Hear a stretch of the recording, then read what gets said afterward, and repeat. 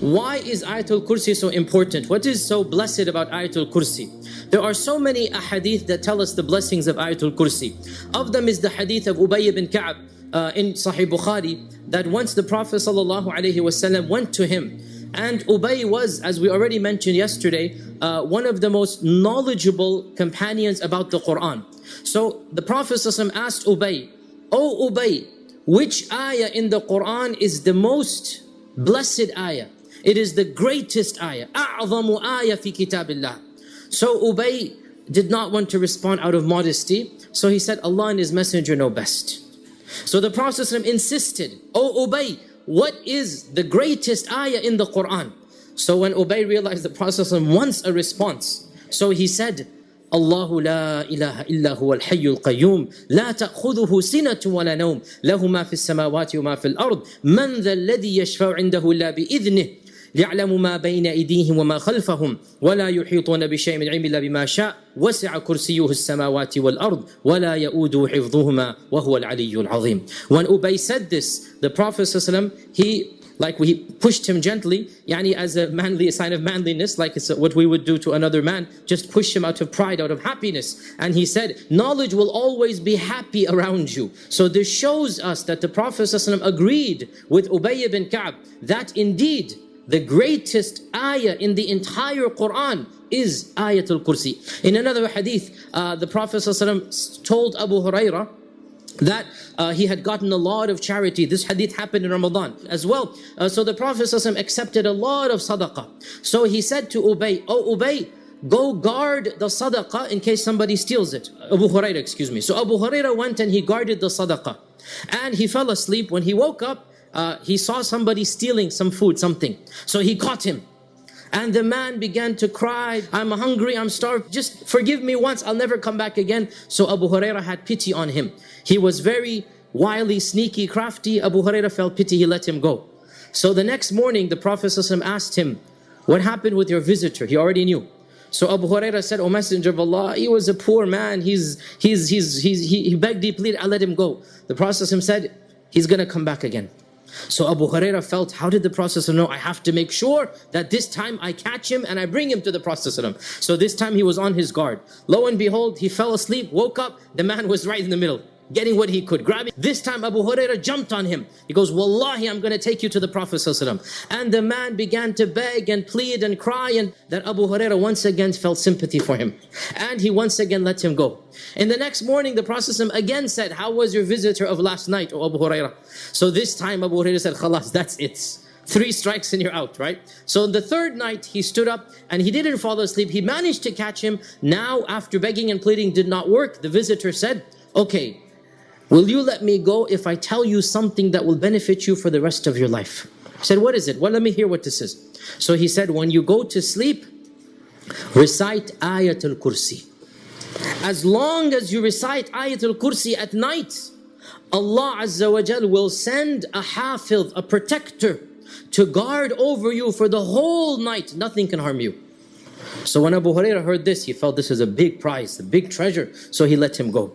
The next morning, the Prophet ﷺ said, "What happened with your visitor, Abu Hurairah?" And Abu Hurairah told him the whole story.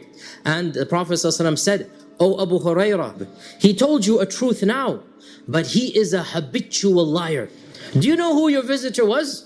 Abu Hurairah said, "No." He said, "That was shaitan." What was the truth? If you recite Ayatul Kursi, then nothing will harm you. No jinn, no waswas, no evil, nothing will harm you for the entire night. Allah will send an angel down to protect you. So we learn from this hadith that before we go to sleep, we need to recite Ayatul Kursi every single night. Our Prophet ﷺ, before going to bed, he would recite Ayatul Kursi on himself. In one hadith, we learn also the Prophet ﷺ said that Ayatul Kursi should be recited in the morning and the evening. And in one other hadith reported in Muslim Imam Ahmad that it is also authentic, our Prophet ﷺ said that whoever recited Ayatul Kursi after every single salah, the only thing preventing him from entering Jannah is his own death. This is one of the most beautiful ahadith that I want you all to memorize and then act upon, beginning from today. Now, why? What is so special about this Ayatul Kursi? It is but one ayah. It is 1/3 of a page. The response is very simple. It is because the verse deals with Allah subhanahu wa ta'ala and His names and attributes. Allah says, Allahu la ilaha illahu al-hayyul qayyum. Allah, and this is, as we know, the primary name of Allah subhanahu wa ta'ala. Allah has many names, infinite number of names. And of these are 99 that are extra special and holy. And of these 99, the most common of Allah's names is the name Allah. This is the meaning. The one who is worthy of being venerated and worshipped, this is what Allah means. And la ilaha illahu, the proper translation of the kalima is, there is no deity worthy of worship other than Allah. Worship is veneration. Worship is submitting yourself to. And if you look around you, mankind always submits. They submit to money. Whatever will get me money, I will do it. This is submission. This is worship, right? He is Al-Hayy Al-Qayyum. Al-Hayy, the one who has perfect hayat, life. So Allah Azza wa Jal is Al-Hayy because not only does He have life, He has perfect life and He gives life. Al-Hayy does not need anything. So the perfection of Allah's hayat is that He doesn't even get tired. He doesn't need to eat and drink. Al-Qayyum means the one who gives others all that they need. So Al-Hayy goes back to Allah. Al-Qayyum goes back to the creation. لا تأخذه سنة ولا نوم. We explained this is the perfection. If Allah Azza wa Jal does not even get tired, He does not even get sleepy, then He doesn't need food. He doesn't need anything. Allah is Al-Ghani. He is free of any needs. لا تأخذه سنة ولا نوم. له ما في السماوات وما في الأرض. Every other being besides Him belongs to Him. Nothing happens in this world except that Allah has willed it, except that Allah knows about it, except that Allah has created it. مَنْ ذَا الَّذِي يَشْفَعُ عِنْدَهُ إِلَّا بِإِذْنِهِ. It's a rhetorical question that is meant to indicate His ultimate power. Who can possibly even intercede? Allah is saying you cannot even ask shafa'ah from Him unless He allows you to do so. يَعْلَمُ مَا بَيْنَ أَيْدِيهِمْ وَمَا خَلْفَهُمْ. Allah knows what is in front of them, meaning what will happen to them in the future, meaning the akhirah. And what is behind them, meaning what they have done, that everybody else thinks is hidden. Allah knows what's going to happen tomorrow. يَعْلَمُ مَا بَيْنَ أَيْدِيهِمْ. Allah knows what's going to happen in the next life. وَمَا خَلْفَهُمْ. Allah knows what you did in hidden and secret. Allah knows when nobody was looking, when everybody thought that you're all alone. وَلَا يُحِيطُونَ بِشَيْءٍ مِّنْ عِلْمِهِ إِلَّا بِمَا شَاءَ.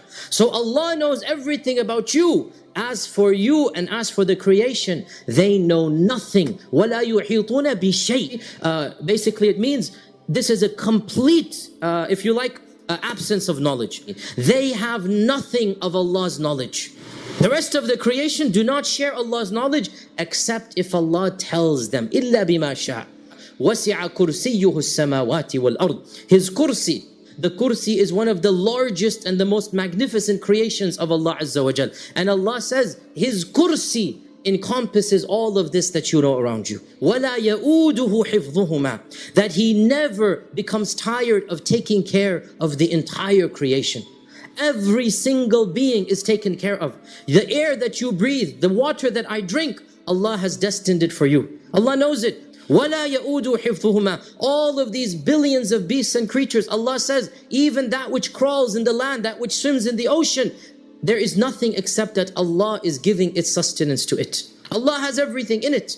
وَهُوَ الْعَلِيُّ الْعَظِيمُ. And these are two of the majestic names of Allah, the comprehensive names of Allah. Al-Ali means the exalted. So Allah Azza wa Jal is exalted in His essence. He is above us. He is exalted in His might. He is exalted in His knowledge. Al-Ali, there is nothing greater than Allah. Al-Azim again means the majestic and the great. Al-Azim, there is nothing that is greater than Allah Azza wa Jal. This one verse has more than 20 of Allah's names and attributes. And in fact, the whole verse from beginning to end is nothing other than the names and attributes of Allah subhanahu wa ta'ala. It is because of this that this verse is the greatest verse in the Quran.